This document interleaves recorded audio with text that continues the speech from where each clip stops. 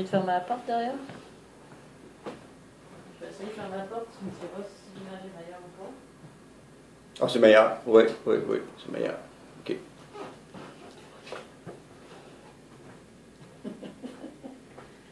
Louée soit la Vierge Marie. Merci, Vierge Marie. Hier, j'aurais été un fou de dire ça. J'aurais pas osé dire ça tout seul en dedans de moi-même. Ouf. C'est aujourd'hui la fête du cœur immaculé de Marie, le 4 juin 2016. Je veux mettre ça de vive voix parce que depuis 4 mois, il m'est arrivé plein. Depuis 6 mois, il m'est arrivé tellement plein de choses.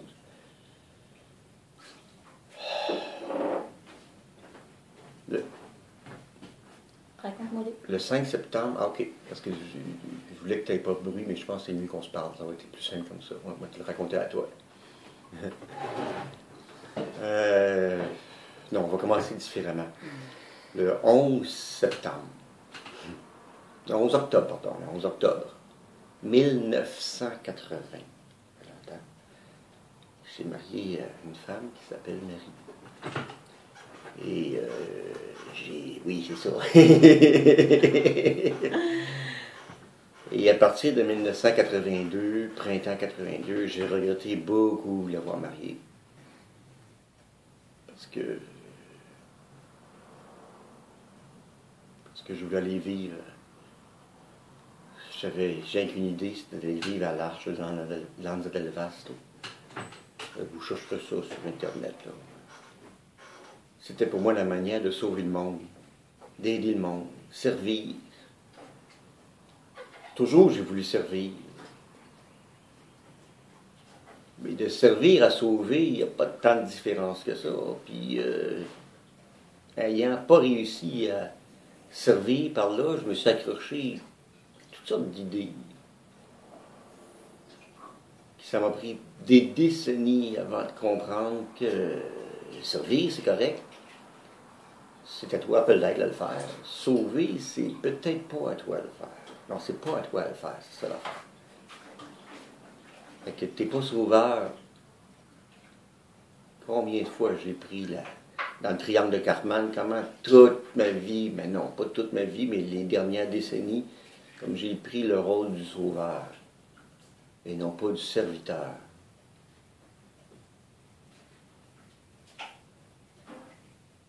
Le serviteur, il sert. Il fait ce que dit le maître. Oui, il sert. Hein? Il prépare à dîner. Il sert, quoi. Le sauveur, si tu te prends pour un sauveur, tu as peut-être le syndrome de Jésus-Christ. Tu sais. Mais pourtant, je pensais bien, moi, que jusqu'à assez récemment, que Gandhi, c'était la bonne solution. Puis c'est la bonne solution. En tout cas, je ne vais pas m'embarquer là-dedans. Ça m'a pris tellement de temps. Il est arrivé ces derniers mois, le 5 septembre 2015, où je me suis blessé beaucoup en descendant des rapides. Puis en sortant de plusieurs années de problèmes avec l'alcool. Puis une pilule prescrite par mon médecin pour supposément me redonner le guts, je sais pas quoi. Ces trois choses-là, les deux, l'alcool et la Rivotril en premier, je m'en suis débarrassé été 2015, puis le 5 septembre, j'étais un peu sur un nuage, tellement heureux d'être débarrassé que finalement je me suis blessé le dos de façon bien grosse, que j'ai été en cauchemar, en arrêt de travail c'est sûr, mais c'est bien plus qu'un arrêt de travail, en cauchemar, de septembre à janvier, puis après ça, ça a été extrêmement difficile physiquement. Moi qui avais toujours tendance à, en bon judéo-chrétien, mal penser, hein? C'est une erreur une certaine tradition, peut-être janséniste, là, je ne sais pas trop, à séparer le corps puis l'âme à la façon de Platon, alors que dans le fond c'est Aristote qui a raison. Je veux dire,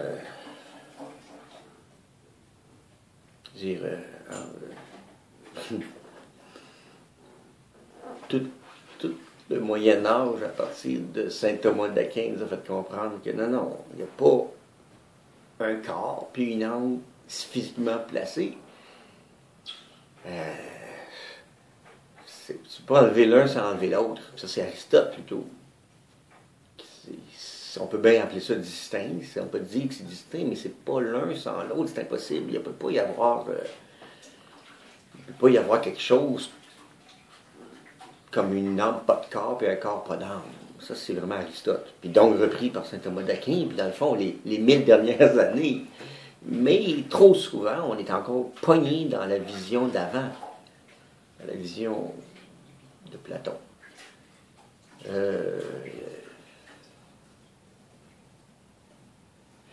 C'était trop grec, puis pas assez judéo.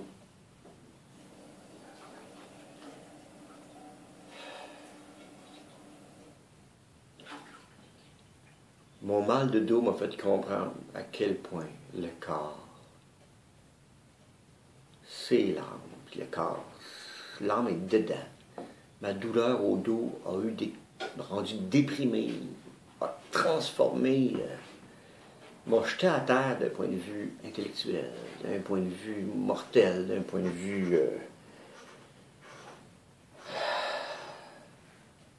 J'étais chez nous. Je me suis cherché de l'aide d'un bord puis de l'autre, du côté de l'aide physio, tout ça. Je me suis remis en question beaucoup. Bon, je me disais chrétien, catholique, oui, je l'étais, mais mal, je pense. Si j'avais eu à décider entre Gandhi, mettons, puis la Vierge Marie, ben, je pense que j'aurais plus donné mon vote à Gandhi, mettons. J'avais quelques erreurs de logique que je faisais.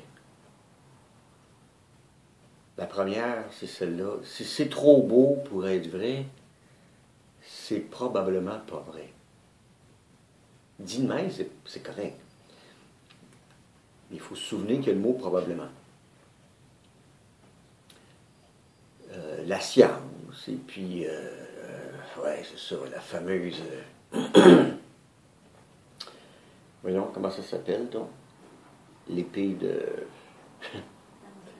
Non, voyons, le philosophe médiéval, là, franciscain, ben écoute, hein, le moins, si on est capable de l'expliquer avec moins de variables, ça a plus de chances d'être vrai que si on peut l'expliquer avec plus de variables. C'est inutile de mettre plus de variables si moins de variables sont nécessaires. Mais des fois, tu as besoin de plus de variables. Mais en général, en science, on se dit, on essaie de moins mettre. Fait que si on pense ça, on dit, ben là, si l'hypothèse Dieu, si l'hypothèse Vierge Marie, résurrection n'est pas nécessaire, on est peut-être mieux de ne pas la mettre. C'est pas faux, mais ça n'empêche pas que ça peut être vrai pareil. C'est ça que j'essaie de dire. Donc si c'est trop beau pour être vrai, c'est probablement faux, mais ça peut être vrai pareil. Parfois, ça peut être vrai. Et c'est parce que là, si c'est vrai, ça change bien les choses. Si c'est vrai que la Vierge Marie est apparue à Fatima, vue par des milliers de gens qui sont tellement sceptiques, si c'est vrai que dans un petit village du nord de l'Italie, il y a un morceau de muscle du cœur qui est là depuis 1600, 1300 ans, 1200 ans, quelque chose comme ça. Mais là, c'est plus tellement scientifique. de rejeter ça. C'est plus tellement logique. C'est plus tellement logique.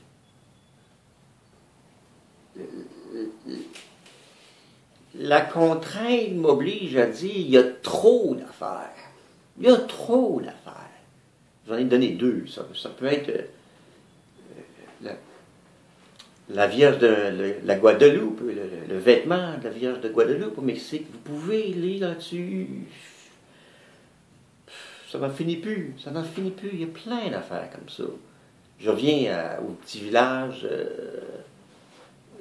du muscle cardiaque qui est encore frais, qui a été analysé par des gens, des scientifiques de premier nom de l'Organisation mondiale de la santé, l'OMS, le WHO, hein, en tout cas, World Health Organization. Regardez ça, dans les années 80-90, je ne sais pas trop.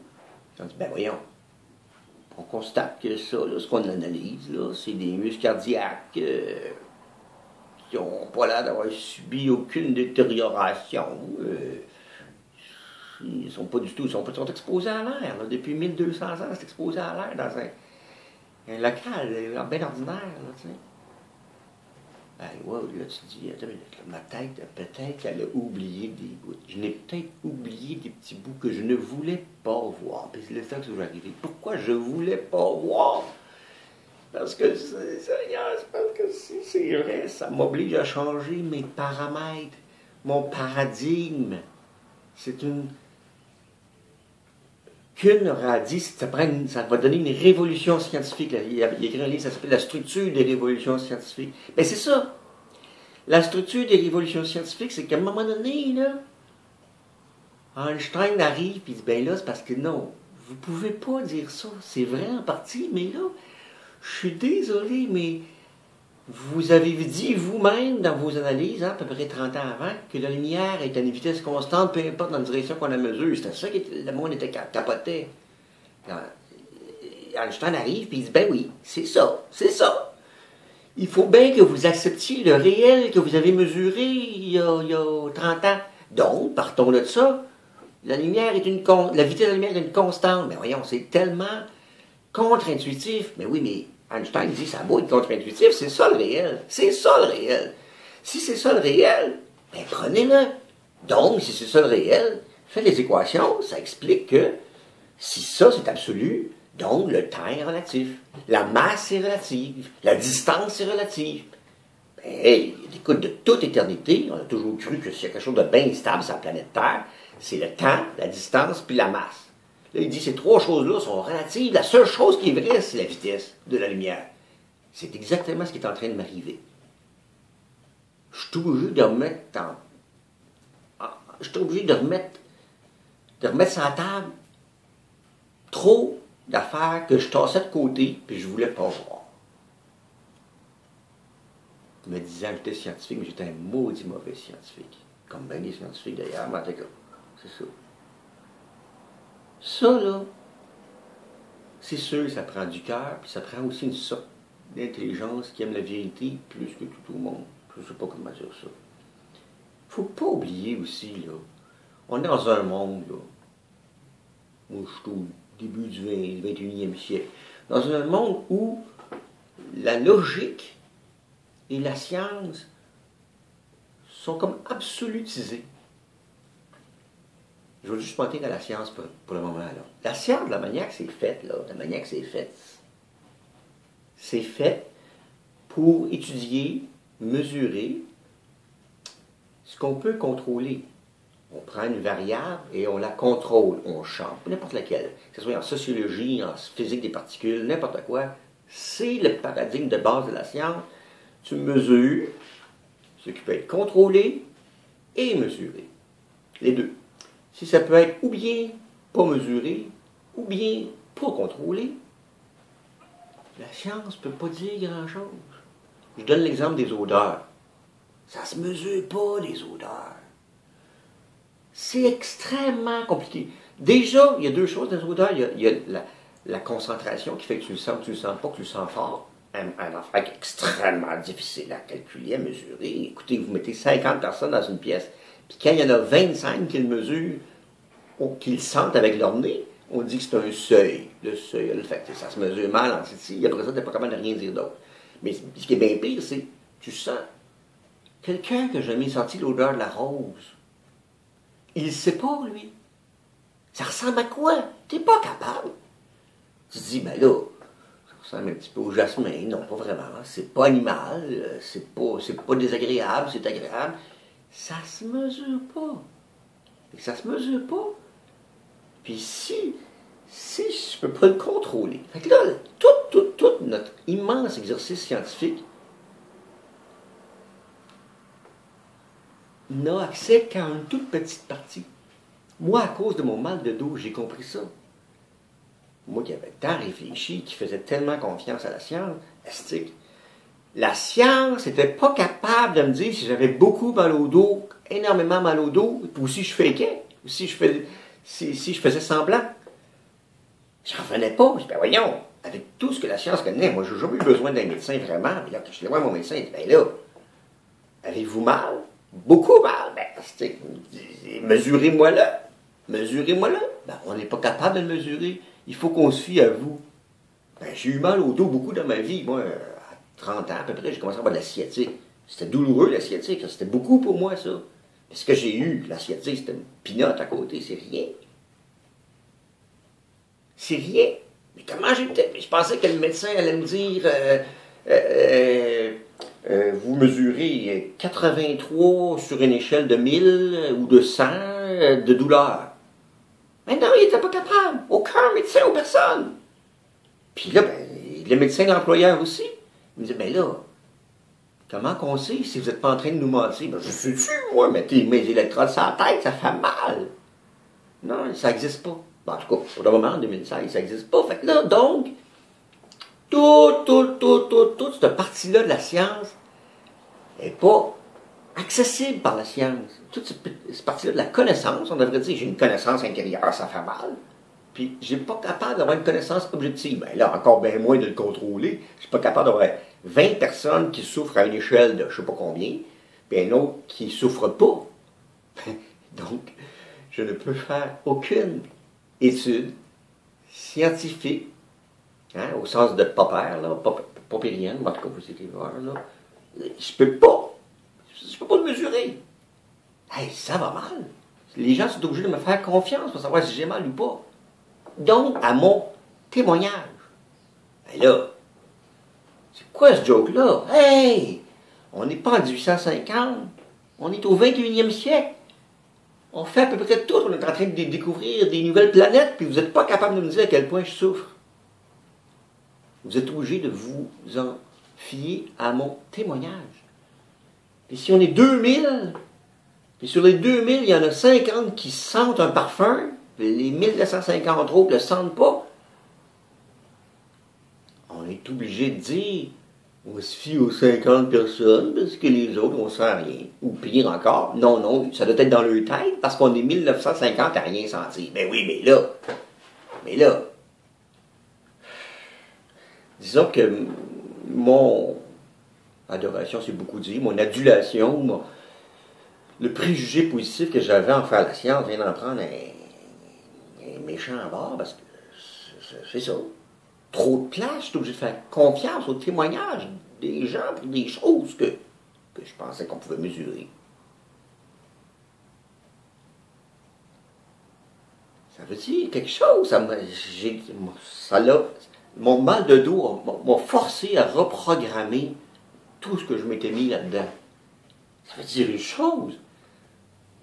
Si à Fatima, mettons pas 20% ou 5%, mettons 50%, c'était plus que 50%, qui ont vu le soleil tourner en 1917. Ben là, ils n'ont pas fait une signature des registres pour voir qu'est-ce qu'on avait, mais j'en viens à mon odeur. Si 20% a senti quelque chose, puis 80% a rien senti, ça ne veut pas dire qu'il n'y avait rien. Si 50% ont vu quelque chose, puis probablement que c'est à peu près presque à 100%, j'ai cru comprendre, incluant beaucoup de sceptiques de ce temps-là, 1917, on était loin en science, ça fait longtemps. Écoute, Einstein venait juste de publier, tu sais. En tout cas, il peut donc se passer quelque chose de réel, de pas accessible à la science, où on est obligé de se fier au témoignage. Puis il y a une autre affaire pour la science aussi.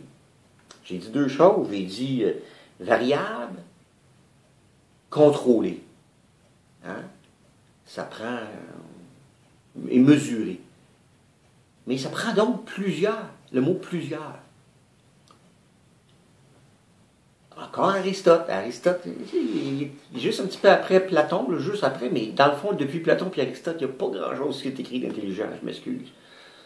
C'est dur de dire ça, mais une fois que tu as passé, que tu as compris la différence entre les deux, il n'y a pas grand-chose de plus du point de vue de la philosophie, je parle. Il n'y a de science que du général. Tu n'es pas capable de faire de la science avec quelque chose de particulier. Tu es capable de faire de la science, il y en a plusieurs. Tu as 200 érables, 200 fourmilières, une société avec des millions de personnes, comparer les sociétés entre elles. Mais s'il n'y en a rien qu'une,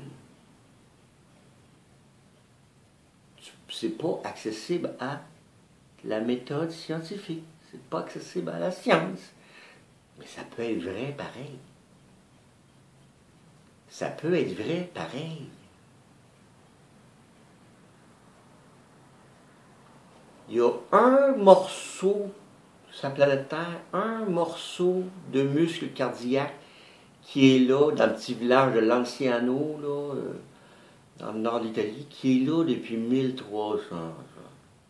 Il n'y en a rien qu'un. Ben là, je peux faire une étude scientifique puis comparer ça à d'autres cœurs, d'autres muscles cardiaques. C'est tout ce que je peux faire. Je ne suis pas capable de faire quoi que ce soit de la science.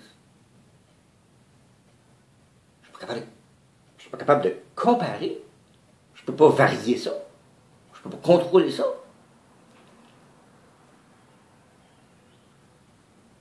Et là, j'en arrive à un autre morceau que j'ai compris beaucoup depuis quelques mois, des problèmes avec la science, c'est que vu que ça se contrôle, ça attire chez le genre de monde qui vont s'intéresser à ça.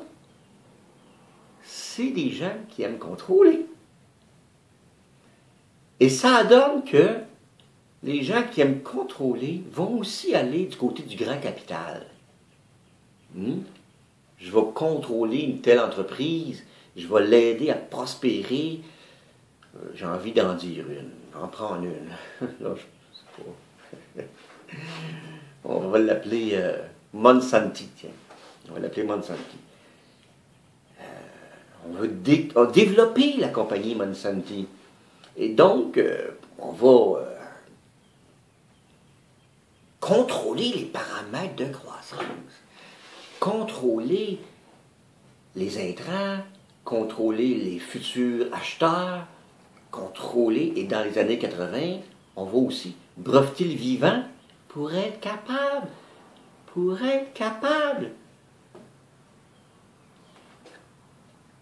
de contrôler aussi l'ADN, parce que c'est agaçant ça. Tu ne peux pas mettre sur le marché, il va y avoir des profits, parce que les compagnies tiennent beaucoup au profit, mais tiennent surtout à contrôler l'environnement économique. C'est comme ça qu'ils appellent ça. Contrôler l'environnement économique. Tout récemment, après des batailles extraordinaires, on a enfin voté à Paris quelque chose d'intéressant pour les changements climatiques. Décembre 2015. Mais écoutez, ça fait même pas 6 mois et toutes les grandes compagnies de la planète se mettent au pas. Pourquoi? Parce qu'ils veulent surtout avoir soit contrôler ou soit s'ajuster à l'environnement. L'incertitude est la pire des choses. L'incertitude fait fuir le capital. Le manque de profit fait fuir le capital et l'incertitude. Le manque de profit, la science ne peut pas aider. Mais l'incertitude sur la science peut aider. Et donc, il y a une alliance naturelle entre la science et le grand capital. Ça, c'est une autre affaire que j'aime pas de la science, mais que je sais depuis longtemps. Et donc là, ça veut dire que moi, là, quelque part, je ne suis pas honnête avec moi-même quand, sous prétexte de suivre Gandhi, sous prétexte de suivre la non-violence de Lanza del Vasto, que je n'ai pas pu suivre, je ne regarde pas le réel en face. Un prêtre jésuite a écrit un merveilleux livre une fois que je n'ai pas réussi à retrouver, mais juste le titre, c'est Redoutable et merveilleux réel. Alors, le réel est merveilleux, mais il est redoutable. On ne veut pas le voir trop souvent. Et donc, j'étais en train de dire que mon mal de dos m'a forcé à regarder que, oh, ma tête était mal alignée. Ma tête ne voulait pas voir, sous prétexte, dans mon cas, fallacieux, de vouloir suivre Gandhi. Dans mon cas, c'était fallacieux. C'était trompeur pour moi-même. Je me trompais moi-même. Je refusais de voir que c'était probablement vrai, beaucoup plus de chances d'être vrai que d'être faux. Je te parlais chez Fatima, la robe de la Vierge Notre-Dame de Guadalupe, la Guadalupe. L'anciano, le morceau de chair qui est apparu là, dit la tradition, au moment où un moine ne croyait pas à une présence réelle, en l'an 1200, ça fait longtemps, Titi, là, ça. Non, c'est même pas ça avant ça, en l'an 700, hey, c'est bien avant les conciles du Latran, ça fait vraiment loin. C'est bien avant le capitalisme. OK.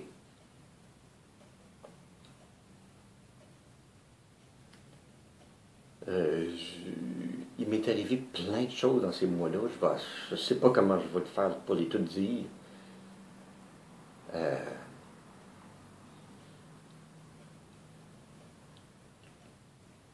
suis trop souvent tombé dans le piège du sauveur. Bon, sauveur des personnes à côté de moi, sauveur de la société. Je suis en santé publique. Je pense que je fais bien mon travail. Le serviteur de l'État. Civil servant, je suis un bon servant, mais je suis peut-être pas un sauveur. Trop souvent, je suis tombé dans le piège du sauveur. Et là, ça fait beaucoup mal. Alors, j'ai écouté des CD de conférences de Alain Dumont.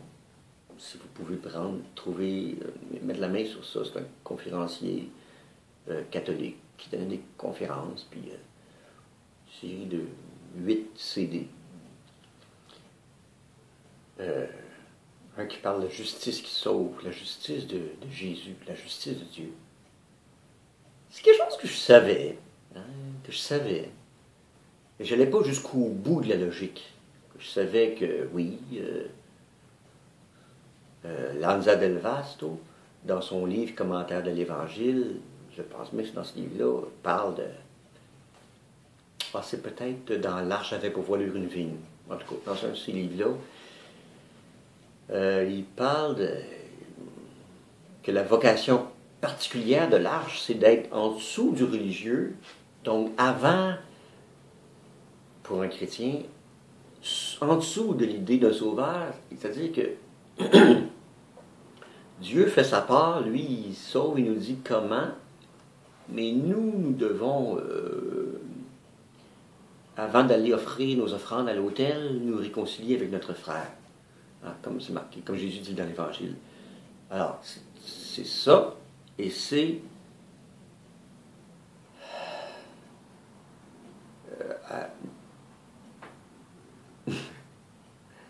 il dit, la vocation de l'Arche, c'est de s'occuper de ce qu'on peut faire, nous, sans remettre en question qu'il y a peut-être d'autres choses aussi.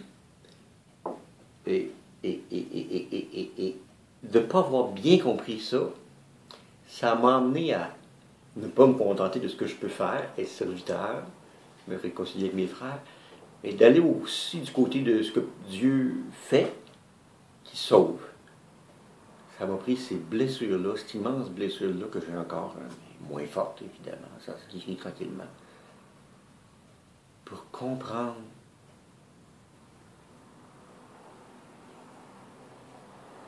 que c'est fou, c'est pas logique,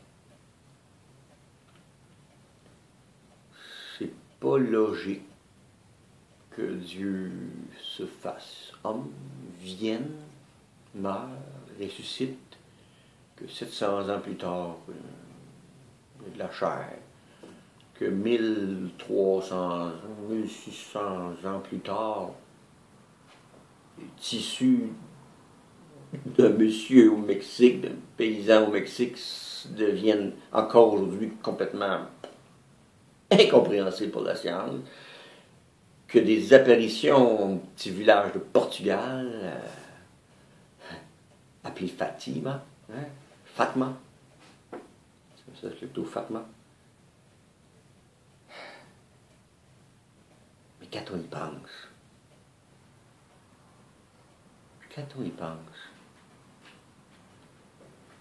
il y a des choses qui ne devraient pas exister.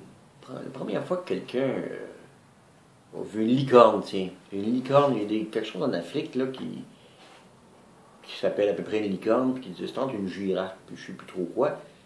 Les scientifiques ne le croyaient pas. Ils disaient c'est des témoignages, des racontars. Ça doit être un mythe. Donc ça a été mythe, on ne le cherchait pas. C'était temps qu'on en voit pour vrai. OK. C'est pas parce que c'est pas accessible à la science que c'est pas vrai.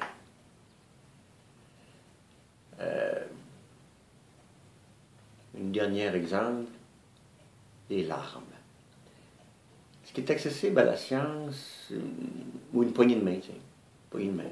Ce qui est accessible à la science, les larmes, c'est qu'il y a les glandes lacrymales sécrètent de l'eau salée. Si on ose dire qu'il y a une émotion de tristesse ou de joie liée à ça, c'est déjà la moins bonne science. Tu es obligé de savoir ce que ça veut dire, là, joie. Tu le contrôles plus. Là. Tu le contrôles plus. Fait que là, tu es obligé de faire confiance. Mais comme on est tous des humains, on le sait, donc on prend pour acquis que tout le monde le sait. Mais s'il y a un chien qui ne pleure pas, puis qui pouvait parler, il regarderait pleurer, puis il pouvait parler, le chien. Mais qu'est-ce que vous faites? C'est quoi ça? Si un extraterrestre arrive et qu'il ne peut pas pleurer, il n'a aucune idée de quoi c'est. Aucune idée de ce que c'est.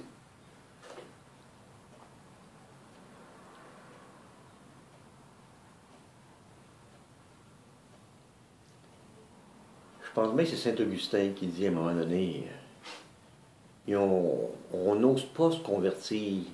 On fait semblant que c'est à cause de notre intelligence. Et en réalité, c'est parce qu'on ne veut pas vivre sur ce qu'impliquerait se convertir.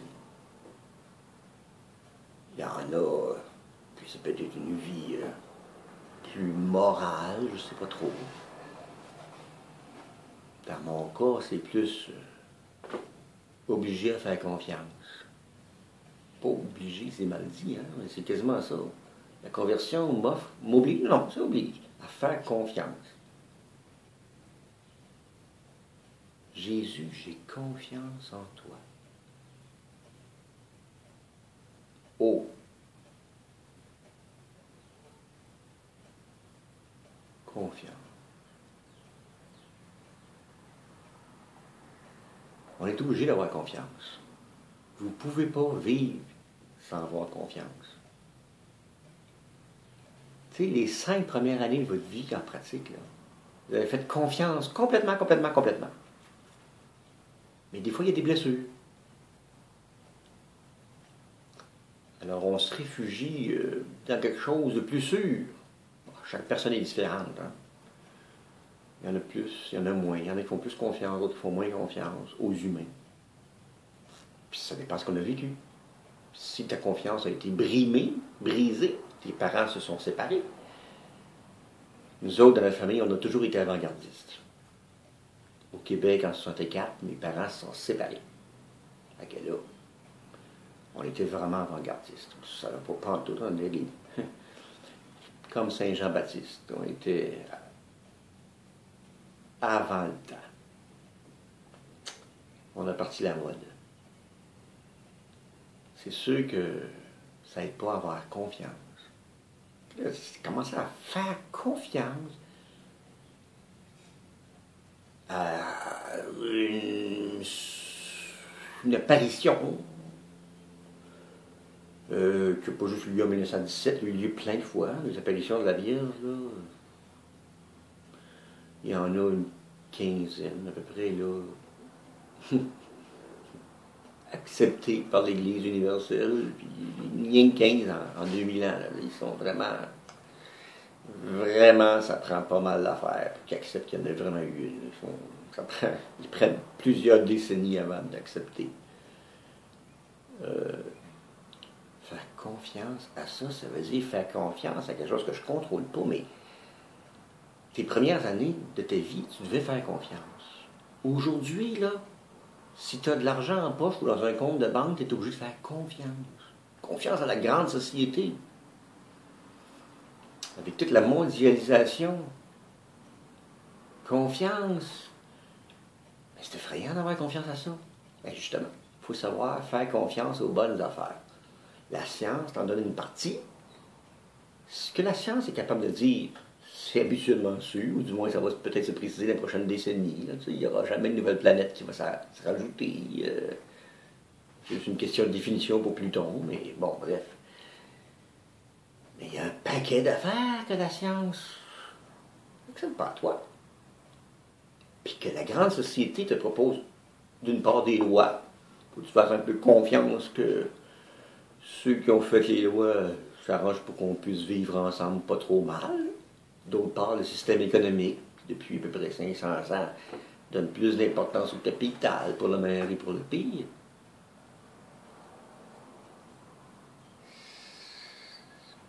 À qui il faut faire confiance?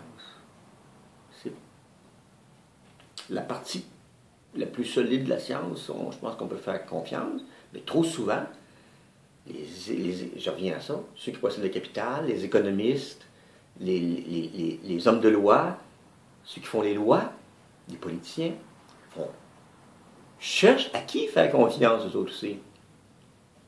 Mais il n'y a pas moyen de faire confiance si facilement que ça. Il faut savoir à qui faire confiance. Et ce que je vous ai expliqué depuis tantôt, c'est pas toujours parce que ça peut se prouver que mais ça c'est vrai, mais si ça peut pas se prouver,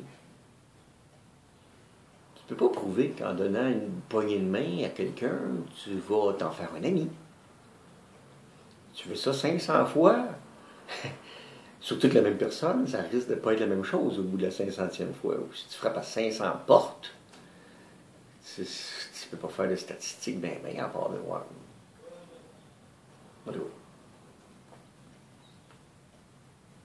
Si c'est trop beau pour être vrai, ça ne veut pas dire que c'est pas vrai.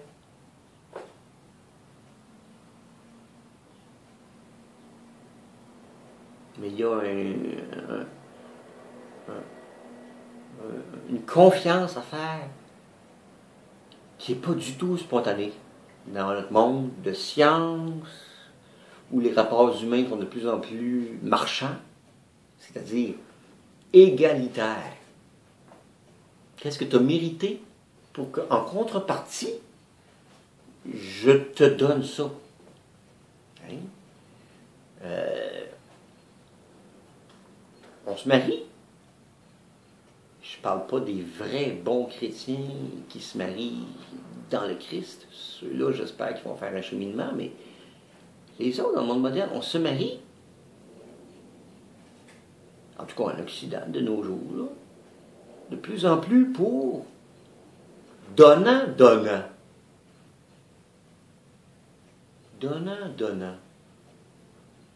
Ah! C'est curieux, ça. Qu'est-ce qu'on fait quand l'autre est plus capable?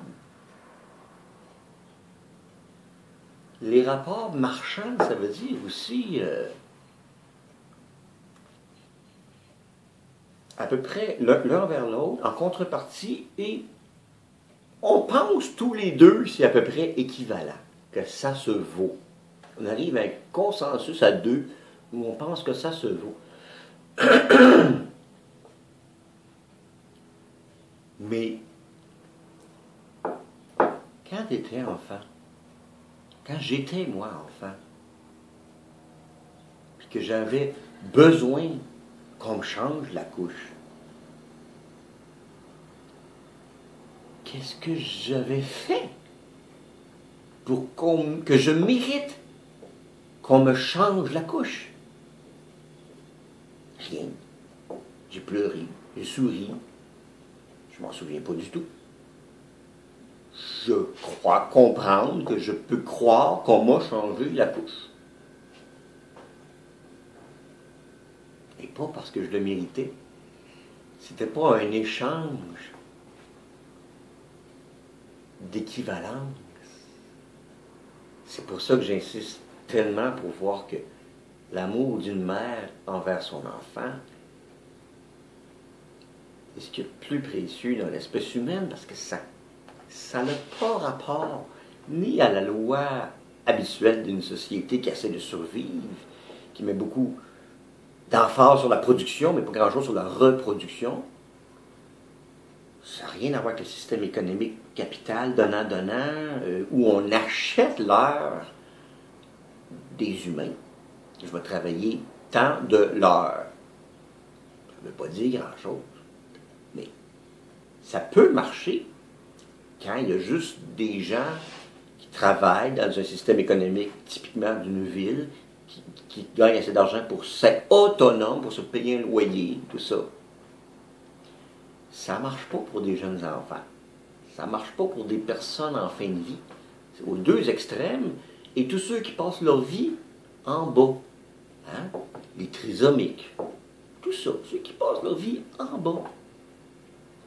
On ne peut pas leur demander un échange marchand.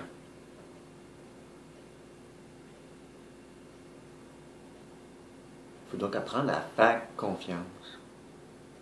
Puis ce que moi j'ai compris, ces jours-ci, mais là ça déboule, ça déboule, ça déboule. D'ici 2 semaines, ça risque d'être encore beaucoup plus loin. J'ai l'impression qu'il va se passer encore plein de choses d'ici 2 semaines, mais en tout cas, particulièrement aujourd'hui, ça déboule la fête du cœur immaculé de Marie. Je m'entends dire ça, je dis, hé là là, t'es devenu zombie. Il y a une partie, la science, l'intelligent, le scientifique, quand dans moi se révolte, je dis, ben voyons donc, qu'est-ce que tu fais là? Et pourtant, la vraie partie de moi dit, non, non, non, non, non, non, non. Tu as raison, c'est tout à fait rigoureusement logique de faire confiance au cœur immaculé de Marie, mère de Jésus de Nazareth. Tu as raison de le faire. Tu as raison de lui accorder ta confiance. Parce que elle a changé des couches. Ça s'appelait peut-être pas comme ça à l'époque, mais elle a changé des couches. Assez qu'on ne change pas de couche parce que tu le mérites. Parce que tu en as besoin.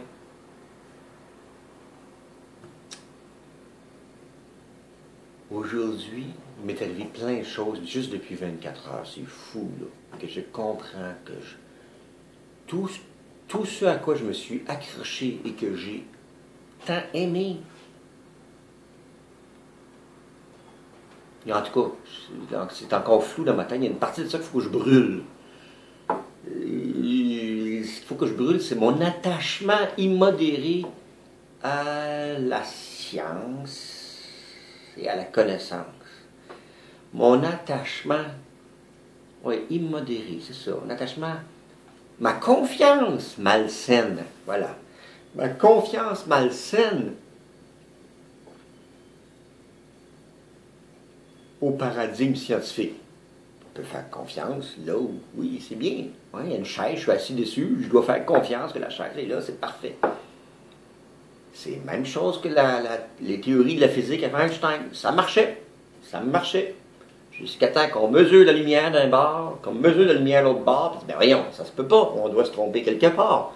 La Terre tourne à toute vitesse, des 300 km, à toute vitesse en tout cas. Puis là, ben voyons, ça se peut pas. On peut pas mesurer la lumière là, puis la lumière là. On était pognés là-dedans. Jusqu'à temps quand je dis, ben là, oui, le réel, c'est ça. C'est le réel, c'est ça, prenez-le. Le réel, c'est que s'il faut être vraiment, mais vraiment de mauvaise foi, j'appelle même plus ça sceptique, je sais même plus comment appeler ça. Si on commence à se dire,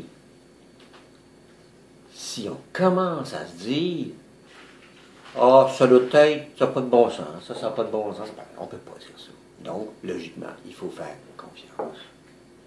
Je continuerai un autre jour. Est-ce que ça montre à connaître?